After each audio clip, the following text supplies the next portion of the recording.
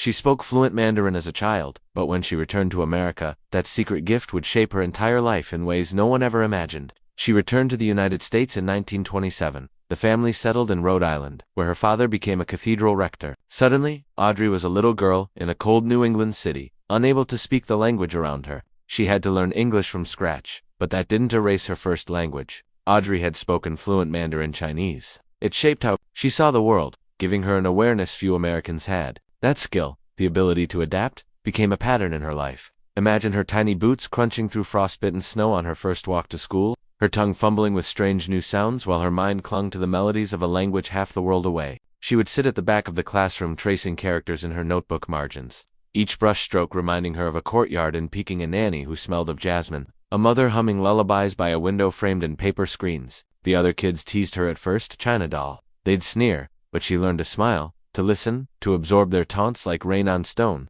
By the time she was 10, she spoke better English than any of them.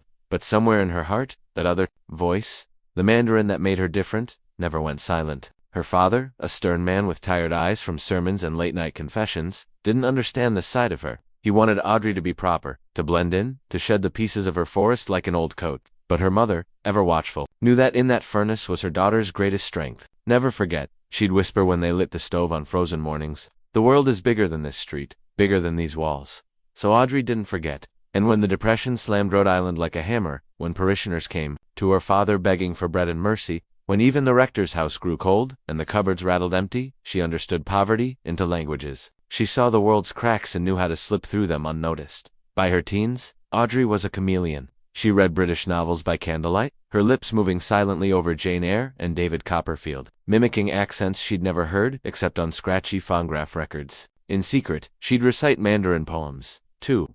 A rebellion she kept folded inside her like a hidden letter. Teachers marveled at her discipline, a mind like a steel trap, they'd say, not realizing that what they mistook for brilliance was survival. The cathedral echoed with hymns and gossip, but Audrey kept her true voice low. She'd seen what happens when you stand out for the wrong reasons. She'd seen what happens when you don't belong anywhere, but have to belong everywhere. At 16, she lied about her age to work at the local library, shelving books taller than she was, hoarding stories, like coins for a future she wasn't even sure she wanted. In the quiet hours between returns and checkouts, she'd run her fingers over the spines of travelogues and diaries. Chinese dynasties, British explorers, American suffragettes. Somewhere between dusty pages and daydreams, she stitched together a vision of a life bigger than Rhode Island. College, of course, seemed impossible. Her father wanted her to stay to marry a young curate from the next town over, a good Christian boy with a reliable job who didn't mind that she knew things he'd never understand. But Audrey looked at that narrow path and felt the walls closing in. So she did what she'd always done, adapted. She applied to secretarial school first, the practical route, the one that made her father nod with reluctant approval. But when the acceptance letter came, she didn't pack her trunk. Instead, she wrote another letter to Radcliffe, then Vassar, then Barnard. I want to see the world. She scribbled under her breath in Mandarin, each envelope sealed with trembling fingers. I won't stay here. She got into Barnard on partial scholarship. The day she left, her father refused to come to the train station. He stood in the doorway, the cathedral bells tolling behind him, his face a mask of disappointment. Her mother slipped her a folded note and pressed her hand. Be kind, it said in both English and Mandarin, but don't be too kind. Audrey sat in that rattling train car, her breath fogging the window, watching the only home she'd ever known shrink into a blur of brick and snow. In New York, the city swallowed her whole. Skyscrapers taller than any pagoda she'd seen in paying crowds, thicker than the cathedral on Easter. She learned to weave through it like smoke. Her classmates, socialites, and heiresses sniffed at her second-hand coat, her immigrant whispers. But then they saw her debate professors under the oak trees in the quad, quoting Confucius and Chaucer in the same breath. They saw her charm, foreign dignitaries at less, answering them in perfect Mandarin when no one else could. By 20, she was translating for professors who'd spent decades studying China, but never set foot there. In the evenings, she'd write letters. To her mother, they think I'm one of them, but I'm not, and I'm better for it.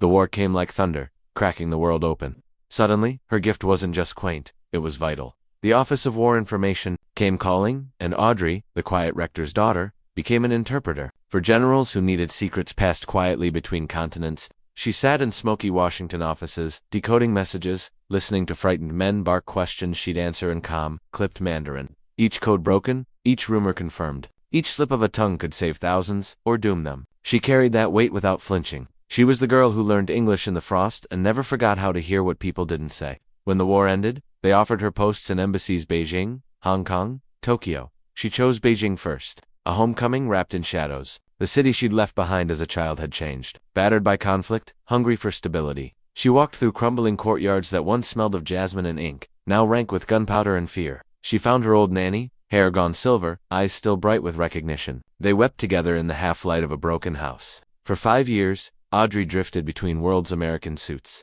Chinese street markets, whispered deals and candlelit tea houses.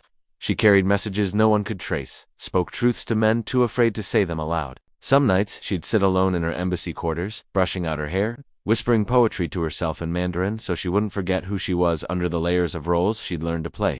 When the politics turned, when trust dissolved, and the Iron Curtain of the Cold War slammed down, Audrey did what she always did. She adapted. She left Beijing under cover of night, documents hidden in her satchel, memories stitched into the seams of her dresses. Back in America, she was hailed as a pioneer, but she knew the price. She married a diplomat who adored her calm fire, but never quite understood that a woman who belonged everywhere could never truly belong to him. Their home was filled with artifacts, scrolls, teacups, prayer beads, but empty of warmth. They smiled for the press, hosted dinner parties where she translated pleasantries into meaning and lies into palatable half-truths. By her 40s, Audrey was a legend in certain circles. A secret weapon, some called her, not realizing that the real secret was her refusal to ever let one world swallow the other. She kept her Mandarin sharp with poetry, her English crisp with politics. She taught her children to listen before they spoke, to learn the words people guard with silence. When her father died, she returned to Rhode Island. The cathedral, bells still heavy with old prayers. She stood in the back pew at his funeral, her mother's note folded in her pocket.